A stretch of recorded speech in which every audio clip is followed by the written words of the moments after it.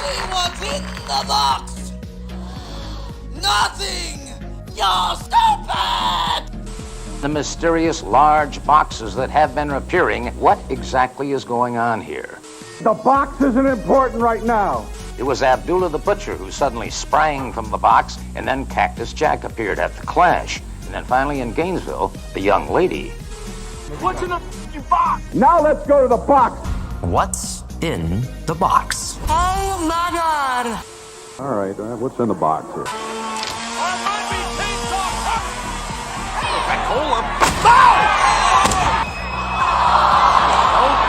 People are wondering, what's in the box. Anybody who comes out of a box is instantly over.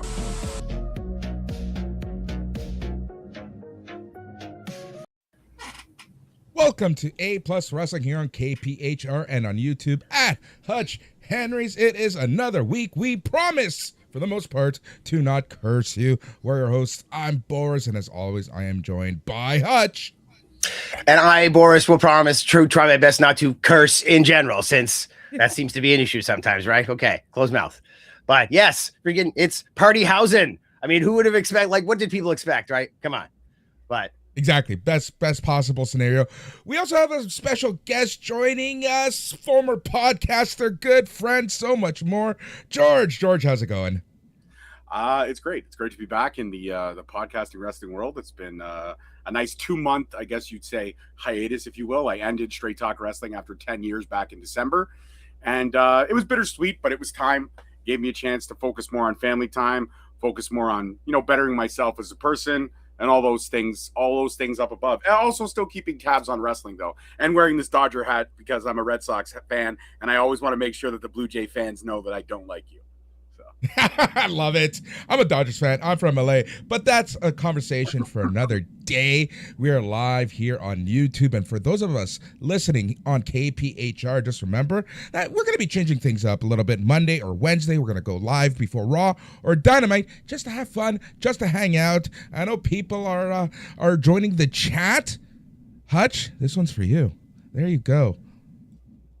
hey, there we go. It's my consigliere. Unfortunately, sometimes when, in the world we live in, sometimes things get rough and he's on the front lines and, he's bloody and pulped up today, but good on you, man. The family is secure and it's all thanks to you. So that guy with fat cat, follow him, see what he's up to. There we go. We also have Draw Straw Raws. George Mackay is my second favorite commentator ever. Love this dude. There you go. Show some love.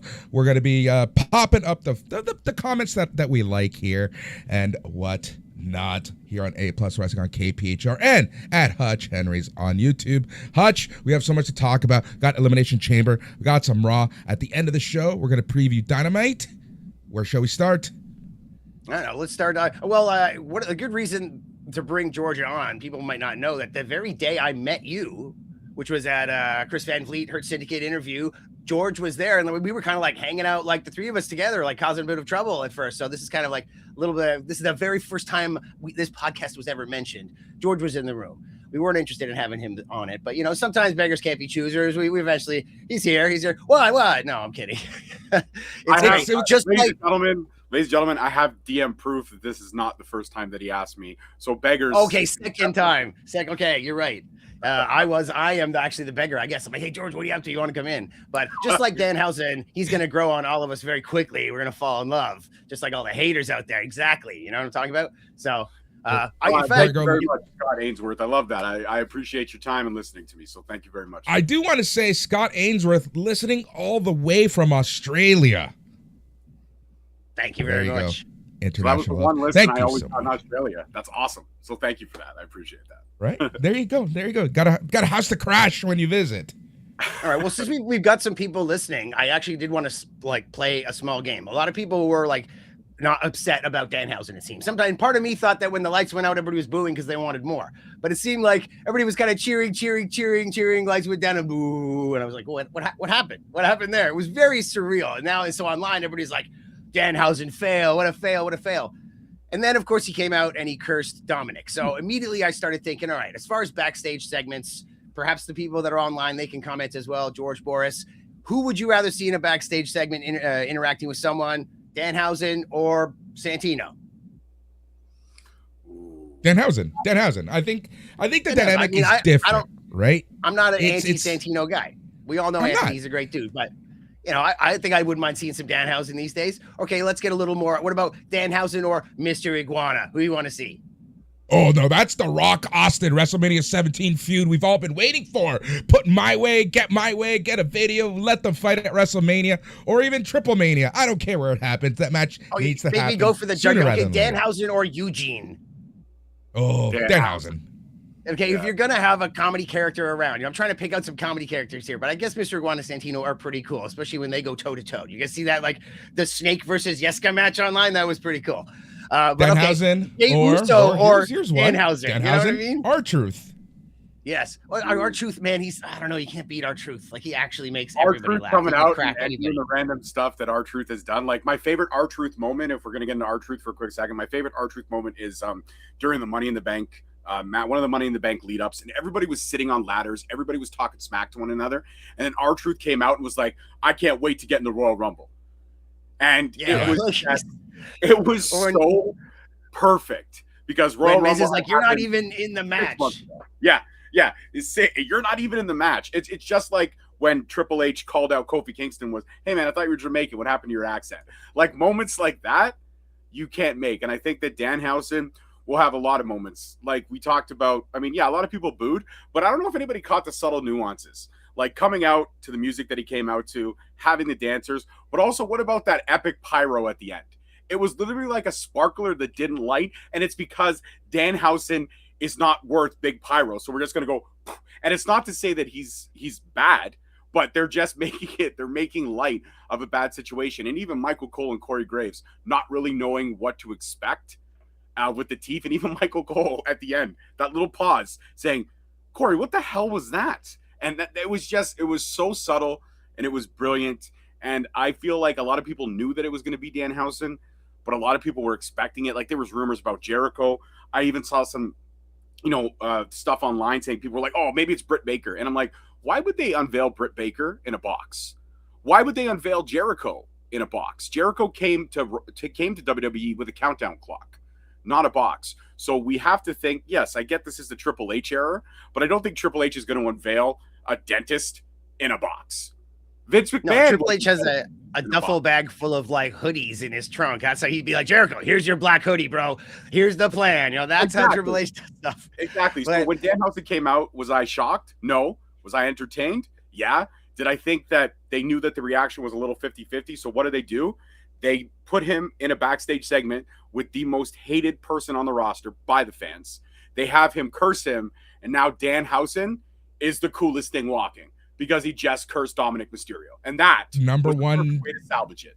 Number one merch mover since Sunday. So there we go. Something is going right. That is a cool shirt they have out. I don't know if Dominic's the most hated. It's like that pseudo hatred love. Like we all really do love Dom. Like the pop he got when he won the IC. He spent half a night in a drunk tank and started saying that he was like tough and like when that happened, I was like, no, this is a guy that when you do go to prison, you end up getting pushed in like a pincushion. Okay, Dominic Mysterio is not a gangster in any form or fashion. And by the way, you owe me credit on saying pushing in like a pincushion because I could have said the Eminem line and I did it because I'm trying to be respectful with no swearing rule. So yay me. Love it.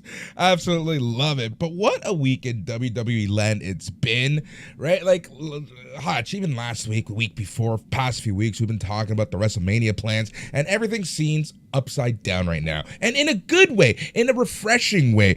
But I maintain this is still a super important WrestleMania season because we have the Obafamis, the Javon Evans, the Danhausens, the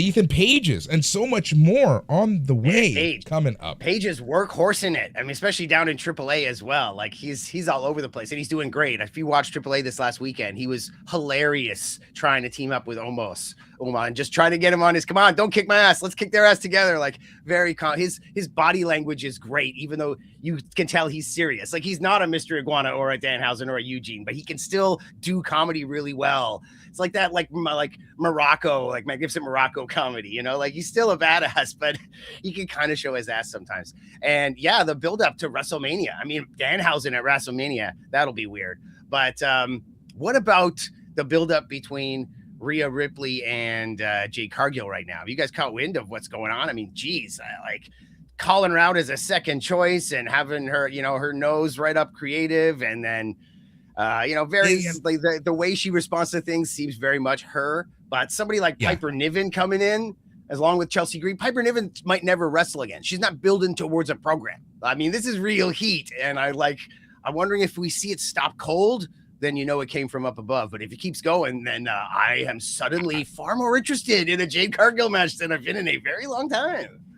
Look at what happened last year with Tiffany Stratton, Charlotte Flair. I think it's going to get stopped cold. I think they crossed the line. Sometimes it's cool to bend, that fourth wall, right? But I think that the issue here is Jade Cargill, she just might not understand the wrestling business just yet and what she can and can't do. And that's one of the biggest issues. And a question I have to you as well, of your thoughts on all of this, is this now, or is WWE or any company like TKO going to say, okay, you can use social media, but these are your strict guidelines, how you use it? You'd think you shouldn't have to say that to your employees. You would like that, right? But they are dealing with people on every walk of life. You've got everybody from Evolve, you've got 20-year-olds all the way up to like hardcore vets, not only with their personal habits online, but then how they interact online. So yeah, you might need to lay down some rules, but it would be nice if we were all just adults.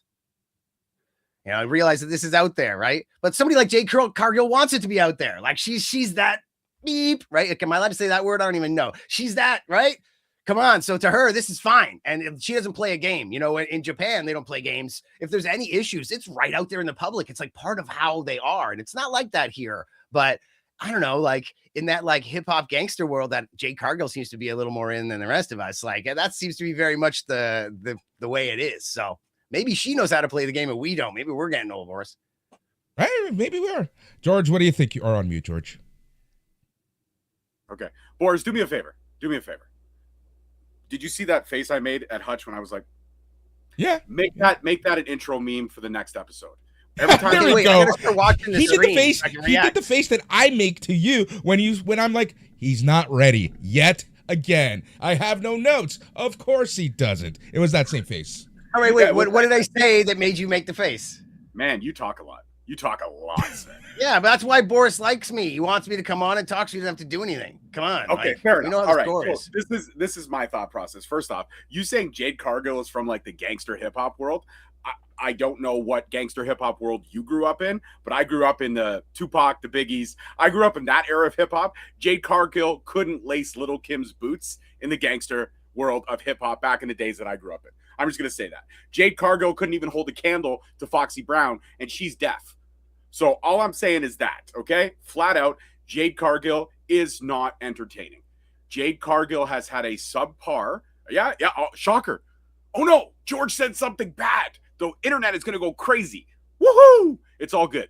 At the end of the day, Jade Cargill has had a very subpar, and I think we can all agree, she's had a very subpar championship run.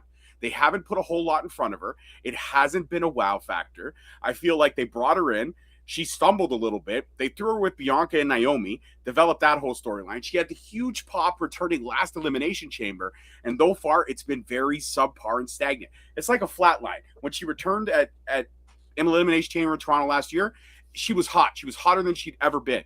And then the fire sizzled out real quick, because here's the one thing. Can Jade Cargill walk the walk? Yes. Can Jade Cargill talk the talk? I'm not sure. Maybe in certain languages, but not in English. The fact is that Jade Cargill is, without a doubt, a very subpar champion. So this feud getting this real heat, this interests me because it was like, remember when Bianca and Charlotte Flair and Rhea had the whole thing back in NXT when Charlotte won and she went down to challenge Rhea? And Bianca was like, you don't even go here. It was so funny, but it was truthful. And I feel like to pull at Jade Cargill and in any stagnant situation, there has to be some below the belt truth. But like Boris said, there has to be guidelines.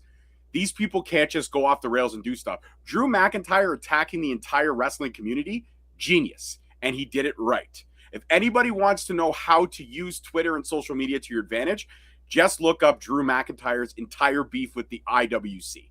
It was genius. It was Oscar worthy. And last year, there was a lot of Oscar movies that were not Oscar worthy. but I would have given Drew McIntyre an Oscar for that performance because it was amazing. Absolutely amazing. So that's my point. Jade Cargill is not a gangster. Jade Cargill is a woman who looks fantastic. Oh, yeah. Oh, we're gonna. I wonder who. Like, I'm just saying. You're saying at least I talk fast. You obviously don't watch the show. I put my timer on without you interrupting. I was at like 3 minutes and 33 seconds. Okay, this is the last point. I dislike Jade Cargill. Okay, fine. I agree with everything you say. I think she's I dislike Jade Cargill. There, I said. Yes, I don't think she can talk. I love that you said that because I don't think she can talk English. I always say that she has marbles in her mouth. So when I was referring to that, I was referring to her poserness. Like, of course, she's not actually gangster. She's way too posh. Like, she wouldn't want to get about Chip and Nail. What I'm saying is that's her whole, what she's trying to be, you know, and that's part of why you roll your eyes at her because you're like, oh, please, girl. Like, she's just so much dripping attitude that, you know, comes from nowhere other than what she sees in the mirror and how proud she is of it because there ain't much else there. Okay. Ron brings up a great point here. He says maybe that's their strategy. Maybe that's the work to actually get some interest because they know everyone realizes she's limited. I'm interested. For the first time in a while, I'd like to see what happens, especially if it keeps getting heated. I'm more interested in seeing if I order 2 different pizza types like Domino's and Pizza, who would drive to my house first. Hey, I'm not saying it's what I would have asked for. I'm just saying if that's what it's going to be, I like the route they're going. I certainly don't want to see them backstage with Jade Cargill trying to like trying to speak English and you know Rhea and their promos. This is a way better way for me to get interested. I got enough wrestling promos coming in the next couple of weeks for WrestleMania. If this is the way they're going to go with this match, the match that I don't want to see at all, then yes, I have some interest now. That's what I'm trying All right, to say. let's talk about this. Last week, Hutch, we were talking about how there's no way that Rhea Ripley is going to win because the tag team division is so strong. Lo and behold, 2 days later, she loses the tag team titles. So where does this leave Tiffany Stratton, Alexa Bliss, Asuka, Kiana James, and Raquel Rodriguez? Let's start with Tiffany Stratton. What do you think is going to happen with Tiffany Stratton over the next few weeks? Hutch? I don't really know. I'm hoping that they're not just in like a battle royal or a multi-man, but at this point, they're going to have to start building something. I'm a little more interested in what they're going to be doing with Raquel Rodriguez. She seems to have like my interest and the fire right now. Tiffy's had her time a little bit lately, and obviously she's obviously not satisfied. We're all not satisfied. If you're a Tiffy time mark, you're like, no, where's my girl? She should have won.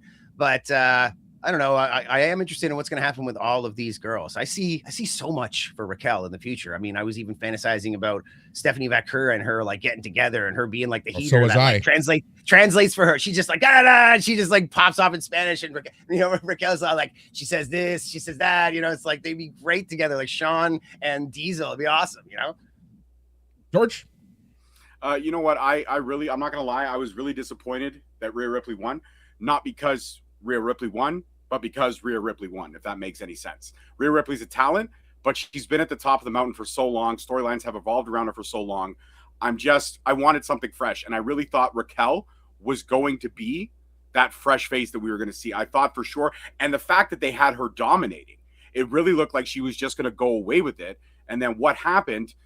Yeah, there you go. We got the safe choice. Rhea Ripley will move merch at WrestleMania. Rhea Ripley being in a women's, match at WrestleMania will definitely put butts in the seats. But Rhea Ripley's time, it's not right now. It's already happened a few times. They literally had a title on her since she appeared. Since she came up in NXT, main roster, all of it, Rhea Ripley has not had gold around her for more than a couple of months. And that was at the start of like the Judgment Day fiasco. When they brought it in with Edge and they tried to recreate the Brood and it was not good. And then we had, Guyliner, Undertaker, Damian Priest and all that stuff. So I just feel like Rhea Ripley, yes, was the safe choice, but the safe choice doesn't always mean the right choice. No, I don't think the corporate higher ups think that way at all. They're looking at tickets aren't selling. What's the big marquee match? What's the moment? And, Raquel's currently a heel.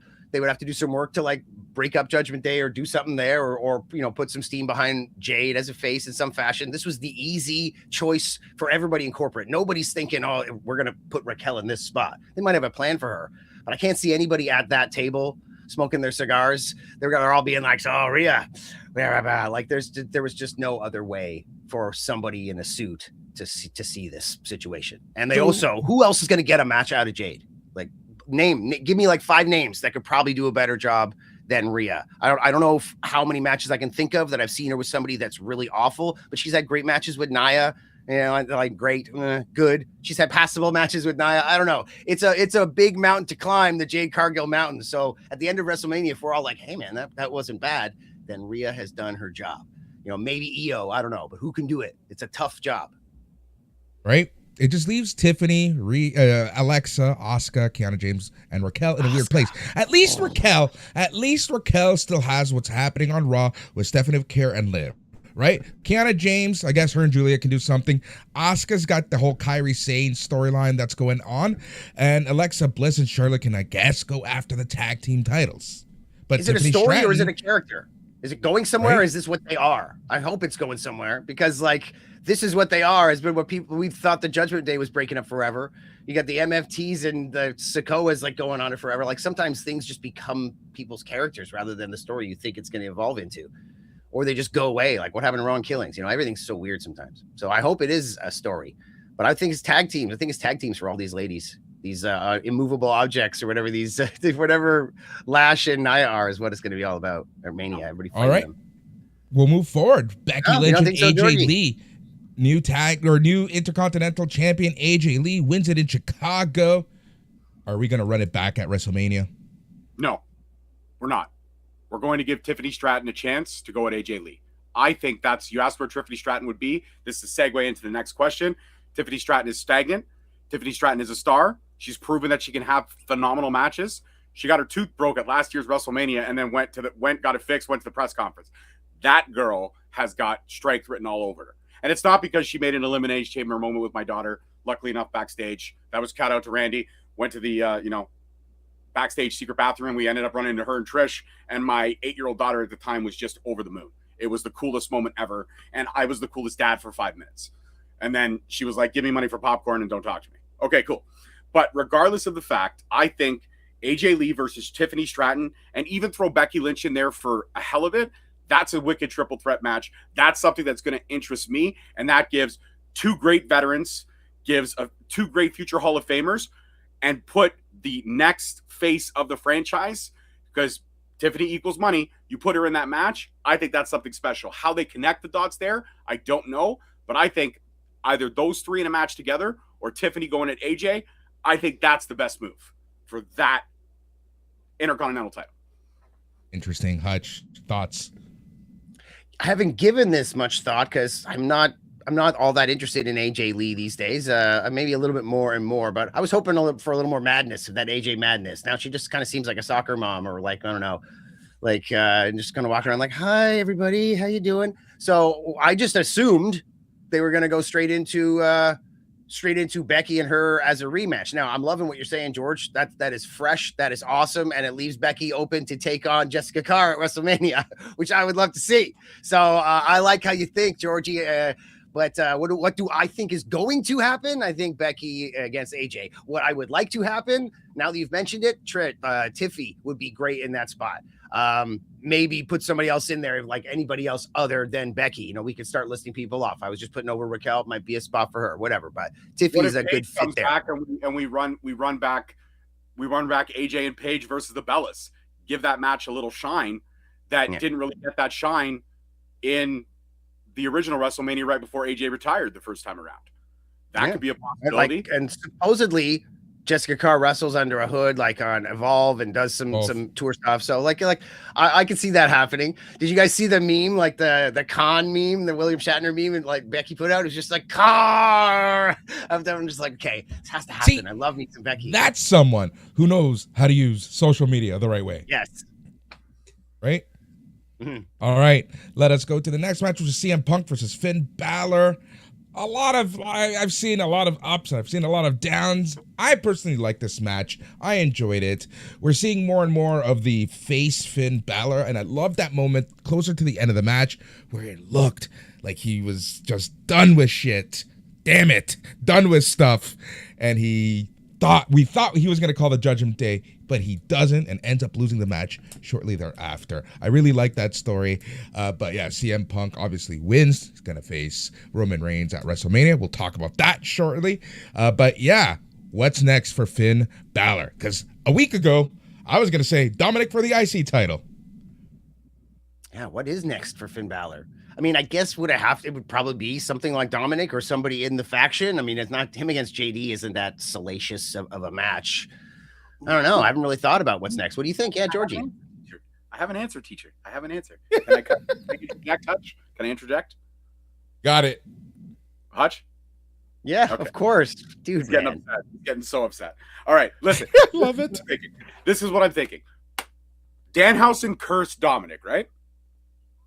What if Danhausen cursing Dominic brings the demon back out of Finn to face Dominic for the IC title? It's a long shot. Creatively, it's absolutely out of the box. I have no idea how I would get to that finish, but I think that would be exciting. And the fact that Danhausen forgot JD McDonough's name, that brought a tear of joy to my eye, because JD McDonough built off it so well with just the simple point, and I hate this guy. I really hate this guy. I absolutely love that moment, but I honestly think that the curse could lead still to Vin versus Dom, because maybe the curse makes Dom say something stupid. Maybe the curse makes Dom, drop an S-bomb like Boris did a few seconds ago. Maybe we can get that next for Finn. And then if Finn does bring the demon back somehow because Danhausen brought him out, maybe that's something that could work Danhausen into a promo. Oh, Finn Balor, I brought the demon back out. Now I face you. Like, I don't know. I'm just saying. No, that's some good stuff. There's we gotta shoot to George first so he can come up with his ideas, and then I can be like, oh, that's great, and then I can comment on his ideas since he obviously doesn't like mine, because your ideas are great. That's pretty awesome. I love your ideas, you're like, how are we gonna get there? Pretty simple, man. He's cursing everybody. At one point, Finn says something off cuff to him, and he's like, oh yeah, you are. Oh, and he looks in his eyes and he's like, oh, you are already cursed. You should take care of that. It wants to get out, and then he can walk away, and he can be like, well, and then basically when he has his match against whatever at Mania, he comes out, like it could even be some scenes where he's backstage. It's like, maybe he does want to come out, some Bruce Banner stuff. Pull out your comics. There's plenty of Hulk comics. You can find a panel. You're like, there we go. Something like this for Finn, find it all. But that's great. I love that. Put a title on Finn or give something to Finn. Anyway, storyline. Bringing out the demon. I love it. I do like that. Yeah. We're going to move on. And it was the men's elimination chamber match that, I'm not really shocked at the end of the day. Randy Orton beat LA Knight, Cody Rhodes, Javon Evans, Trick Williams, and Logan Paul. Randy Orton is now scheduled to face Drew McIntyre. But wait, there's a curveball because Drew McIntyre attacked Cody Rhodes. He now has to face Cody Rhodes on SmackDown for the championship. A lot of people are thinking that Cody's going to win and he's going to face Randy Orton. Is this the right move? We're going to start with George this time. No. I think that Cody Rhodes' story finished, the sequel finished, and I feel like Cody Rhodes will be a champion again in a year, maybe two. But I feel like right now, Cody Rhodes is stagnant. I feel like we need to shake him up a little bit. I get it. He's the ultimate babyface. He's the new John Cena. I totally understand that, and I respect it, and I accept it. I'm not going to say he's replacing John Cena, but he is taking on that babyface ultimate, I am the guy role, Ovaltine vitamins, but I have a neck tattoo and cultural appropriation. Now, the fact is that I feel like Drew McIntyre versus Randy Orton has more meat and potatoes to it, because Randy Orton chasing that 15th title, that's interesting. I want to see. And yeah, there's also a chance, Guy with Fat Cat is absolutely right, there's definitely a chance for a fatal four-way, but I just don't know if I want to see a fatal four-way for the title. I want to see Drew McIntyre and Randy Orton. I want to see Randy capture that 15th title, or I also want to see Drew stomp the IWC's like face in the ground again and just make them eat a whole bunch of bad dog poo-poo in a bag. See, Boris, I said poo-poo. So the fact is that I feel like Randy Orton versus Drew McIntyre, people may not be excited for it, but I say, wait, Drew's on fire with his promos. He can't miss. Randy's looking like Randy of 2009 again, just with his charisma and his style. I want Randy versus Drew straight up. And I feel like it may not be the safe move, but that's the right move. Cody Rhodes can be a main eventer next year. He's already main evented. We've had so much of finish the story, Cody, finish the story. We've had these moments happen. We had Kofi Mania, and look what happened. He got beat like a minute, 12 seconds by Brock Lesnar. At the end of the day, having Cody Rhodes still in the main event picture, it's not exciting for me. I appreciate Cody Rhodes, and yeah, people are going to say, oh, you have the belt back there. I do. Yes, you're right. I do. It's signed. It's number 37 out of 100. Okay, but still, his time for me right now, it doesn't fit in this WrestleMania. That's my point. Go ahead. No, I think you're spot on. Oh, sorry, Boris. You want to go? No, I was just going to say, so, this leaves a lot of questions, right? LA Knight, we saw him make an appearance on Raw with the whole Seth Rollins and Vision angle. So is this now going to be a tag team match? LA Knight and Seth Rollins versus Logan Paul and Austin Theory. Is that the direction that we're going with those four? Hey, now you're thinking like a local lucha promoter. How are we going to get a six-way going on? That is exactly what we would do at Demand Lucha. But yeah, I'm thinking you're looking at some kind of combination over there like that. But as far as Cody this Friday, I'm thinking they're going to kind of try to bait us the way they did with Io Sky before, except they're going to do the opposite. I don't think Cody's going to win. I think Jacob Fatu is going to come in. He's been screwed all the time, right? He's going to screw these guys. We're going to have our Randy against Drew match where they can push Randy going for the title. Like that will be what Michael Cole repeats ad nauseum for the next 6 weeks about that match. But then I think Cody wants to fight Jacob Fatu. I mean, he was a big part of bringing Fatu in. He really loved working with Fatu on the indies a few times or like interacting with him. The same way that Danhausen, I'm sure, had CM Punk saying like, hey, you got to bring in Hausen. I know there's a big relationship there between Jacob and Cody. They want to fight each other. And that is a way to make me interested in Cody Rhodes, not in the general role that he's always in, is these two going at each other at Mania with like beef, because Cody does have that fire when he's angry. He likes to put on, he's on set of Arrow again. He's like, oh, I'm going to start yelling at people. I'm acting mad, and I'm mad at you. And I'm going to be really passionate about stuff. And then Jacob Fatu could be like, no, rah, rah, rah. And that's it. They're going to go at it. It's going to be great. I maintain this Friday, you say it's going to be Jacob Fatu to screw Cody Rhodes out of the belt. I maintain that it's going to be Sami Zayn. I think we're seeing the turn. Sammy's in there. Yeah. But I think they got Sammy and Trick all lined up, man. I think that's got to happen.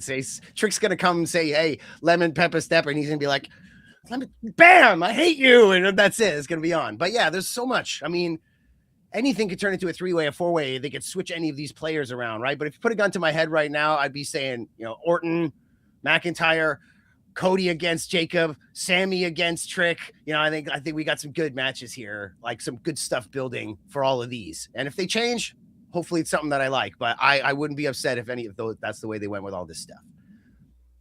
Where's Kevin Owens? George? Have him show up, Right. George, any thoughts?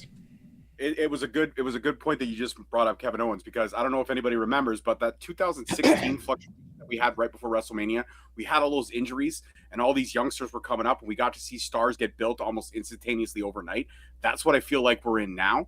And even though Seth Rollins came back and there's all this stuff, I feel like what you're saying is correct. I feel like Jacob Fatu versus Cody will happen at WrestleMania. I feel like a grudge match is better for Cody than a title match, because Cody in a title match is just Cody in a title match. But I mean, honestly and truly, I love the direction of that possibility. I think that's a fantastic idea. So kudos to you. Like the Blue Jays couldn't do it in the World Series. You knocked it out of the park. But regardless of the fact, honestly and truly, I feel like everything that is transpiring right now is great. And can I just interject, because I've never said this out loud and I want to announce this to the world. Does anybody remember the movie Hustle and Flow? Yep. That's why they can't use Whoop That Trick. I know, but they should. They really should. Just pay for the rights and use it because it makes sense. Honestly and truly, man, have Terrence Howard just come out one time and say, whoop that trick, and then have Trick Williams be like, let's talk about it. And I'll be like, Trick Williams, I might actually buy a shirt. That's the WrestleMania entrance. Yes, except Terrence Howard will probably start saying some other really wacky stuff after that. You know what? Just for continuation, make it Don Cheadle. Oh my God! Absolutely. Imagine Don Cheadle like the Jerry Cool thing that, or like the Bob thing that Terrence Howard had. I say these. That's great. Oh, it'd be amazing. I would love it. I would love every moment of that. But just to prove where wrestling is, like in the last 8 years, so much has changed so fast. You can barely keep up with it all, but just our mentality towards things. I mean, if you go back 8 years, 9 years, the idea that AEW would exist, there'd even be this thing wasn't even there. We're all like dying on our freaking Miz and Dolph Ziggler matches over and over. And now here we are. The idea of Danhausen on TV is like, wasn't that shocking. You know, who else is going to come out of the box besides an advertisement for 2K26 or some weird thing? I'm glad it was actually a person. I thought I was like, if this isn't Danhausen, it can't be any other human. It's got to be a weird thing. It's gonna be like, you know, an egg type thing. I mean, like, oh my god. You know, but like this is where we're at right now. Jacob Fatu taking on Cody Rhodes in the main event of WrestleMania. We're just like, yeah, this is gonna happen. If you had said this 18 months ago, you'd been like, Jacob Fatu, or 2 years ago, Jacob Fatu, really? In WWE, you think so? And now he's like we're main event, WrestleMania, or main event style match. I want to see it. If you had told me, honestly, that, what's his name? I completely forgot my thought right now. Oh, yeah, if you had told me that Drew McIntyre would be champion going into WrestleMania, I would have laughed at your face. I would have said, you're a stupid idiot. I would have said, take some notes, Hutch, because that's not going to happen. Hell, I'll get my Jericho, you're a stupid idiot shirt out. But hey, obviously, do I really like notes? George, do you have notes? Do you have notes, George? I did. When you told me what we were going to be talking about, I do actually. I did scribble some stuff. All right, you don't need to explain it anymore. Thanks. Yes, I had notes was enough. Okay, you are listening to A+ Wrestling here on KPHR and live at Hutch Henry's on the YouTubes, the tubes of view. Let's talk about some other things that have happened this week in WWE. Gunther versus Dragon Lee. Dragon Lee got unmasked. Gunther makes him submit. What's the plan for Gunther at WrestleMania? He's going to retire Gilbert. I don't care.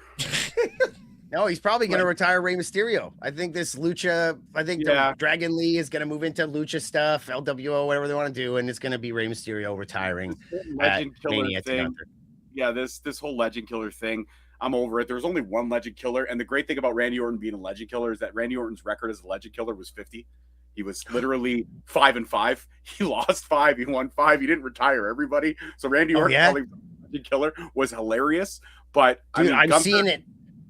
I'm seeing it now. I'm seeing Randy take the title at Mania, and then the Legend Killer comes for the Legend Killer. It's Legend Killer versus Legend Killer at Backlash, Legend and then Gunther, yay. Yeah, that's actually a fire way to work it, but I don't know. Honestly and truly, I would love to see Gunther just get a little bit of upcomings, because him coming out, him calling AJ Styles the B word, him saying John Cena tap like the B word. It's like, dude, I get it. You're also gloating about retiring dudes that are over 50 and ready to go home to their families. And John Cena is ready to just elevate his star to the next level. So you're really not legend. You also legend killed Goldberg. Goldberg had 3 moves, and one of them got banned in WWE. Like, come on, man. When he was the IC champion and he was having those matches with Sheamus, that was prime time Gunther. Now I'm like, bro, you come out in a Burberry coat and I'm supposed to care? No. Plus, I also can't fit into a Burberry coat, so I'm a little bit jealous that you can, stooge.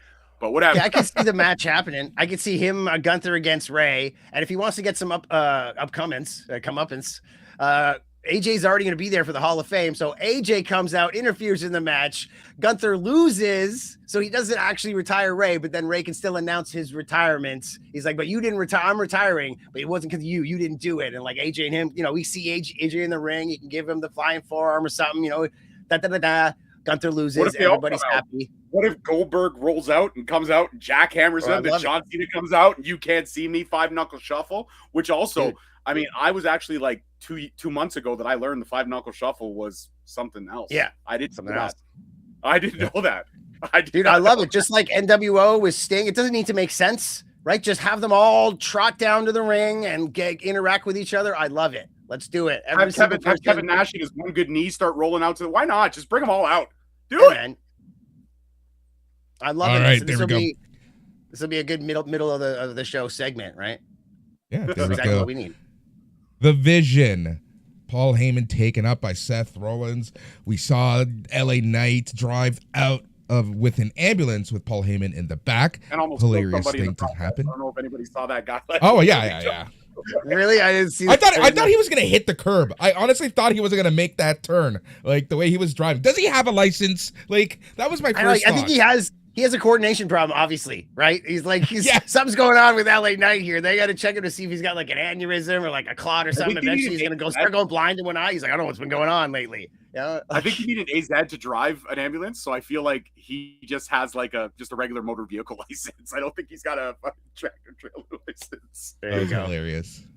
But as I mentioned earlier, are we going towards that tag team match with Division, or what's going to happen with Division?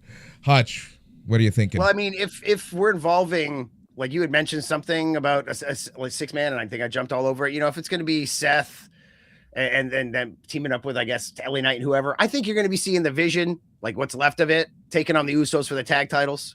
And I think you might be seeing Seth against, I don't know, somebody, maybe Brock. I mean, I don't know what's going to be going on. This is kind of weird. I'm not sure if they even know what they're doing yet, but I wouldn't be surprised if you saw the Usos against the Visions for the tag title, or if you saw, you know, LA Knight teaming up with the Usos to take on, you know, Brock and the two of them. I don't even know. Who cares? George, you got an idea what they're going to be doing?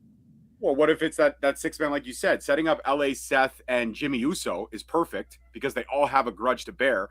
But who's the third member of the Vision going to be? If it's Austin and Logan, will Braun Breaker be back by that time? I don't know. Or will they bring somebody new in? Because Paul Heyman ain't going to wrestle. The way they took Paul Heyman out, they took Paul Heyman out. So you have to wonder, unless somehow they bring back Jimmy and maybe they bring back Jay, because I forgot about Big Jim. Big Jim's already involved in the process. But maybe they bring back Jay, and maybe Jay somehow that was coerced into it by the Vision, and maybe Jay's the third member on the opposite side. Then we kind of, I don't know how it would work, but that's a way that a 6-man could be possible. But I feel like Seth and LA versus, oh, thank you for that. I appreciate that. I didn't feel it was logical, but I appreciate it, guy with the fat cat. But honestly and truly, I feel like it's going to be the way they're going to build this story is either going to be very, very slow to the finish, or they're going to capture lightning in the bottle in the next 2 Raws or SmackDown, and we're going to see how it's going to fully develop. But I don't know what the end game is yet. But like you said, we're in the midst of WrestleMania season with a lot of marquee matchups. Who knows? Maybe Javon Evans jumps on the bandwagon and he goes heel. He's so bouncy. Maybe he flips the script and joins the Vision. It's possible. Is it something that I don't think Jay's out for real. I think him getting taken out was just so they can facilitate Logan getting in the chamber. I don't think he's going to be out for a long time. So I think they're going to come back and defend those tag titles very soon. I don't think it's going to be that he's out till after Mania in any fashion. So you're going to have to deal with the tag team champions. And like, you can't add LA Knight on top of there and Seth on top of there and Javon. Like, the Vision only has 2 people right now. So I'm just like, oh my God, like as soon as I said the 6-man, I got excited, made all the jokes about Demand Lucha. I was like, wait, who's on the Vision side? Yeah. What if it's Logan in theory versus the Usos? Then Braun Breaker comes back and it's Seth versus Braun, because Braun tried to take leadership of the Vision anyways. That makes a lot of sense right there. If Braun Breaker can't come back soon, then that surprises all of us, right? But I think the premise might be a hernia's. I don't think you can. I don't know. It's not something you want to screw around with. Hopefully he's back, but I don't think they're a little screwed right now. And I think the only way to keep the Vision with any stank on it is to give them some gold, I guess, or give them some kind of a storyline, because I don't know what they're going to do. And like with Brock with the open challenge, I hope they give us Oba Femi. I don't know if they're going to. I think they're going to wait to the last minute. If they're really smart, they're going to have Oba fighting people every week while Brock rejects. Like, people come out to challenge Brock and he just smashes them, smashes the Tozawas and the Otises. Bam, bam. Every week smashes somebody, because I don't need him just promoing every week. And I guess Paul Heyman's gone. So Brock needs to smash pseudo like step uppers in some fashion to make it interesting. But I think we wait all the way till Mania and we give Oba ring time, taking on his Kit Wilsons and his people and his Mizes and then his Rusevs. And then he shows up at Mania when Brock's like, who is it? Who's going to take the challenge? And everything goes green and we get what we want. I don't think that it's going to make a huge difference to WrestleMania ticket sales if they announce this match. But I think if they allude to it, it'll keep interest. Everybody's going to be talking about that. That's the way you keep interest in this. So does Brock ain't be around? What was that? The Undertaker's coming back for one more time. Always, forever. There we go. We talked about this earlier. Penta is your new IC champion. This leaves Dominic Mysterio, Finn Balor, JD McDonough, and others kind of with nothing to do for now. What happens between now and WrestleMania with the IC title? I don't know. It's pretty close, George. That's easy. Honestly, truly, the Judgment Day finds a way to get Dominic Mysterio back in his claws. That sets up Finn Balor perfectly. And we go on and we just enjoy life, and we get the demon, and Danhausen gets cursed. Danhausen curses Finn Balor, like you said, or Finn Balor says no, and you're already ready. You got to let that thing out. I honestly feel like Dominic Mysterio needs to have that IC title going into WrestleMania, defending it at WrestleMania. It just makes sense. Penta being the champion is cool, and obviously they're going to keep the belt on him because they're not going to take it off him after just getting it. But I feel like it's a letdown. I really would have liked to see Dominic Mysterio get his butt kicked by Finn Balor at WrestleMania. So that breaks my heart a little bit. It's not going to happen. Yeah. Or what if WWE just wants to have that match but doesn't feel like they need a title on it? Maybe Finn's going to go over and they don't want to give Finn the IC title. Probably. Yeah, that's a maybe. good move too. Having Finn and Dominic, maybe Finn and Dominic fight for custody of JD McDonough. Maybe we roll it back to Eddie and Ray days, guys. What do you think? There we go. No, I think they're rolling the IC title away from these guys so that they can do this internal stuff without the title in the way. They're going to give Penta like a multi-man match or something like that. Speaking of luchadors, before we move on, and speaking of The Undertaker there with your joke, he's coming back for one more. I don't know if you guys are watching AAA on Fox this last weekend, which was the first show of the taping. They ended the show. The crowd was chanting Undertaker. They are so happy with how he's booking this product and how it is fire. If you are not watching this, or at least my reviews, you should go and check it out because it's a pretty damn good show. And I love the whole Bret Hart juxtaposition Canada America thing going on with the Grande Americanos. It's off the hook. That Kaiser Americano is so over. It's insane how over he is, and they hate. That's Gable what I want to go to. He doesn't speak Spanish. They hate him. It's awesome. From a pure story setup point of view, it looks like we're going to get the OG Gran Americano versus the Kaiser Americano. But, Hutch, is this match bigger at WrestleMania or Triple Mania?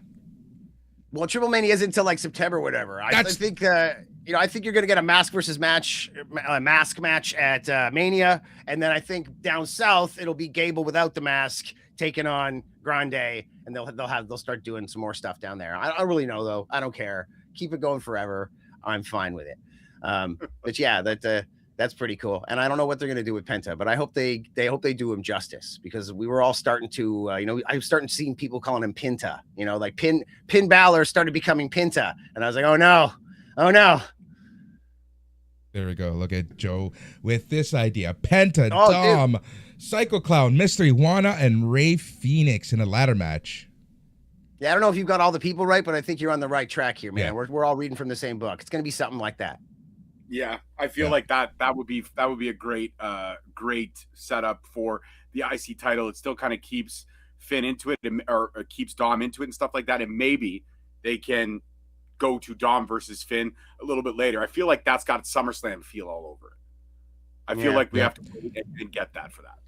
To juxtapose it against the U.S. title, I think they're going to push out this thing with Dragunov all the way to Mania, and then we're finally going to get the rematch between the two at Mania. At least I hope, in some fashion, because they know these two have chemistry, they have fire, and they've already been every week they have a different excuse as to hey, why aren't you dressed? Why aren't we doing this? Whatever. So I'm sure they're going to keep it up till Mania, and that might be the match on that side.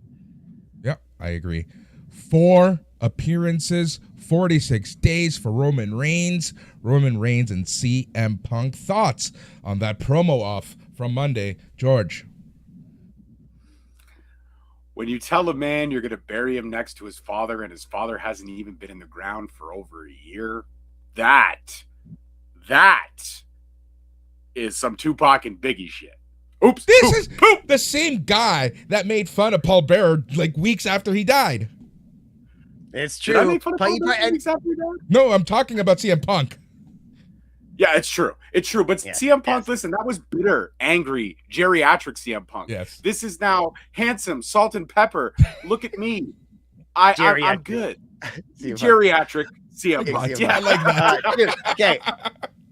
Obviously this was fire. I'm sure that he got the go ahead. These guys are friends back. Of course. They don't hate each other.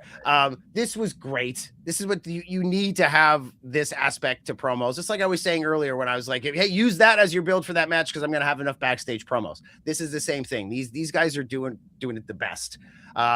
And I kind of really like how Roman just started to walk away. And he's like, now that you have zero, now that you've made it clear you have zero faith in me, you're not even afraid of me, you don't see me as a challenge. Now I have to bury you, bro. Like, now we can't even do this straight up. I really loved all of it. I think it's going to keep being great. And I love CM Punk the way he is right now. He looks healthy. The geriatric Punk. Okay.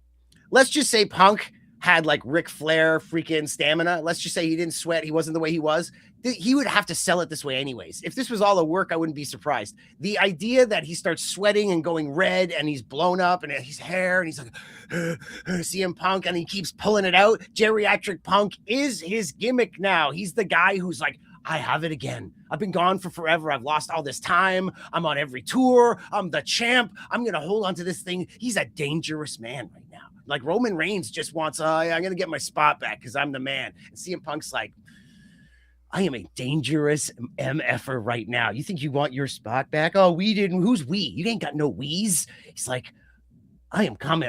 I am picking CM Punk to come out with the title at the end of WrestleMania. I'm telling you, man, like he is dangerous right now. He's like the Eddie Kingston when he first got the Chikara title, like my precious, like before when he was all like you got like a name for her and all that stuff. Very Tommaso Ciampa. You're going to see that. Maybe not as obsessive, but obsessive about his spot, his last chance. I am getting old. I am geriatric. I am blown up right away in a match. Could start cheating. I don't know, man. I like it. I like all of it. And I like that these guys can go on the mic. Yeah.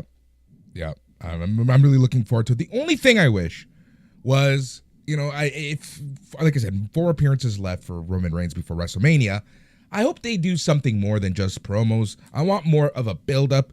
I want I don't want them to fight each other or even be in a tag team or be tag teaming together. But I want more than just promos from these two. That's just my one little critique from last year and even this year's WrestleManias. I want more than just promos to set up the main event of WrestleMania.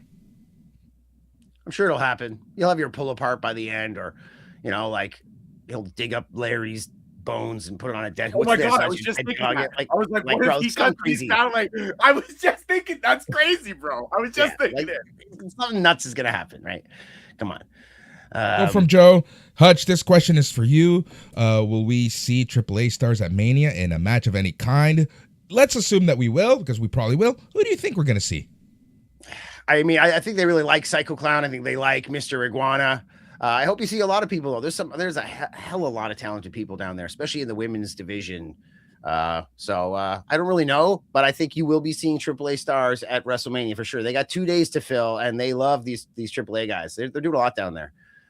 If you start watching the product regularly, it's pretty darn fun. It's awesome. It's been so good. Considering how many years have we watched, and for me, it was always something that I watched more because of nostalgia, more because it was on, more because it was Spanish, Mexican, but seeing the quality where it's at and stories that make sense and wrestling that's half decent, not this like just horror show that it was sometimes. Remember their World Cup show that they did a few years ago? That show was just horribly awesome in so many ways. Things, like you're not gonna see the flags on either side of like Miss Pena with her like husband and the grandfather. Like they're taking it back a bit. They still take the picture with her and they're still like, there she is, right? But it's not like she has like trophies around her and they like bow down to her and stuff. It's different now.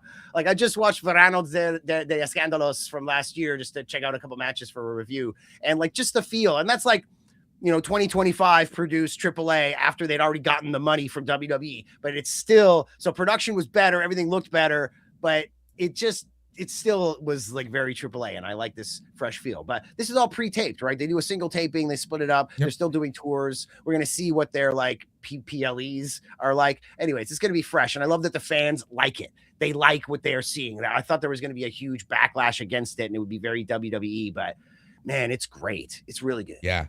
And there are rumors, and I guess not rumors, but eventually they will be expanding into the States, with Texas and California likely being the first locations where they run fully AAA branded shows in the US of A. I'm really looking forward to that. Next TV taping, I think, is in LA. So, yeah, there you go.